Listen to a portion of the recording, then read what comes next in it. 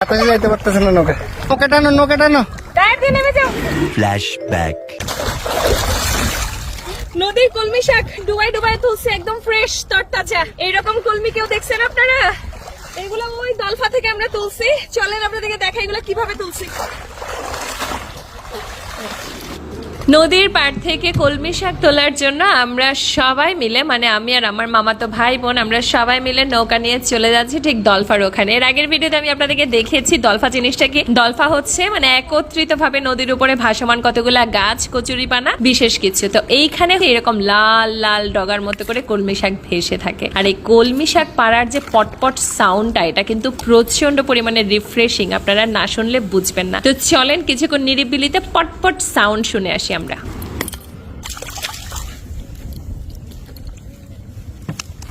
তো এখানে নদীর উপর থেকে পটপট করে কলমি শাক তোলার আনন্দই অন্যরকম। আর এই পটপট কলমি শাকগুলোর উপরে কোনো ধরনের কেমিক্যাল দেওয়া হয় না, কিচ্ছু দেওয়া হয় না। অনেকে আবার এখন বলতে পারেন যে কোনো কলমি শাকে কেমিক্যাল লাগে না। অ্যাকচুয়ালি কেমিক্যাল লাগে না, বাট ঢাকা শহরের যে কলমি শাকগুলো সেগুলো কিন্তু ঝিলের পাড়, নর্দমার পাড়ে হয়, যার কারণে ঢাকা শহরে কলমি শাক খাইতে মোটামুটি আমার একটু কেমন কেমন লাগে, গা ছমছম একটা ব্যাপার চলে আসে। নদীর পানি ঘোলা হইলেও ভালো। তো এই হচ্ছে ঘটনা। এই যে দেখেন, আর নদীর এই যে দলফার উপরে কিন্তু আরো একটা শাক হয়, সেটার নাম হচ্ছে তিতির ডগা বলে আমাদের এখানে। আমি আসলে ভুলে গেছিলাম, না হয় আপনাদেরকে কয়েকটা শাক পেরে দেখাইতাম যে তিতির ডগাটা কিরকম দেখতে। আর এই কলমি শাক কিন্তু আরো এক জায়গায় হয়, সেটা কোথায় জানেন তো? ক্ষেতির মাঝখানে, ধান ক্ষেতের উপরে এই বর্ষাকালে এই কলমি শাক এরকম নাল পালার মতো করে গজায় থাকে। তো সেইটাও আমি অন্য আরেকদিন আপনাদের ভিডিও করে দেখাবো। আজকের এই পতপত পতপত করে উঠানো কলমি শাক গুলাই দেখাচ্ছি। তো এইদিকে আমি আমার কাজিন আমরা সবাই মিলে হচ্ছে দেখেন কতগুলা কলমি শাক তুলছি। তো এই নদীর উপরের তিতির ডগা বলেন আর কলমি শাক বলেন, যেটাই বলেন না কেন, প্রচন্ড পরিমাণে ভালো লাগে। জাস্ট এগুলা পটপট করে তুলে নিয়ে যাচ্ছি, খাওয়া হবে কিনা জানি না।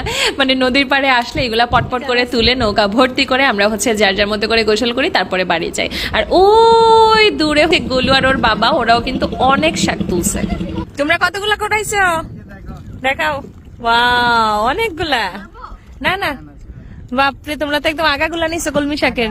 দাদা দাদা দাও, একদম নদীর ঝকঝকা ফকফকা কলমি শাক। আরে বাপরে বাপ, কতগুলা কলমি শাক। এই যে আমরা এরকম এগুলা ফ্রেশ করে ধুইয়া একদম শুটকি দিয়ে ঝিরিমিরি করে রান্না করে খাবো। আমি খাবো। ওকে।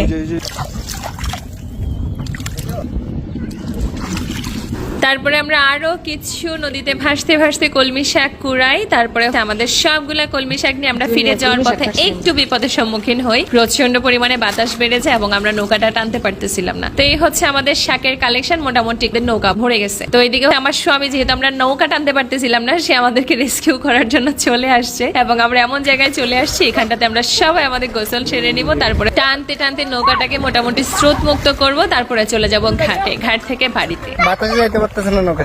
নৌকা টানো, নৌকা টানো।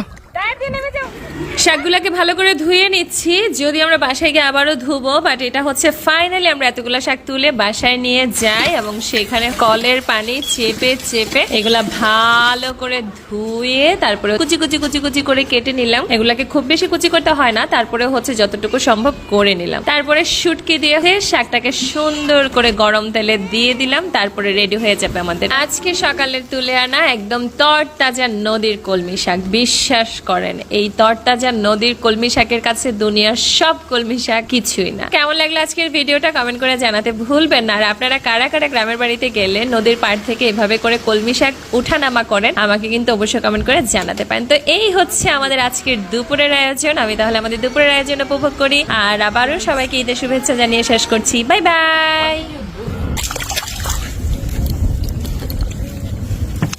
বাতাসে যাইতে পারতেছে না নৌকা।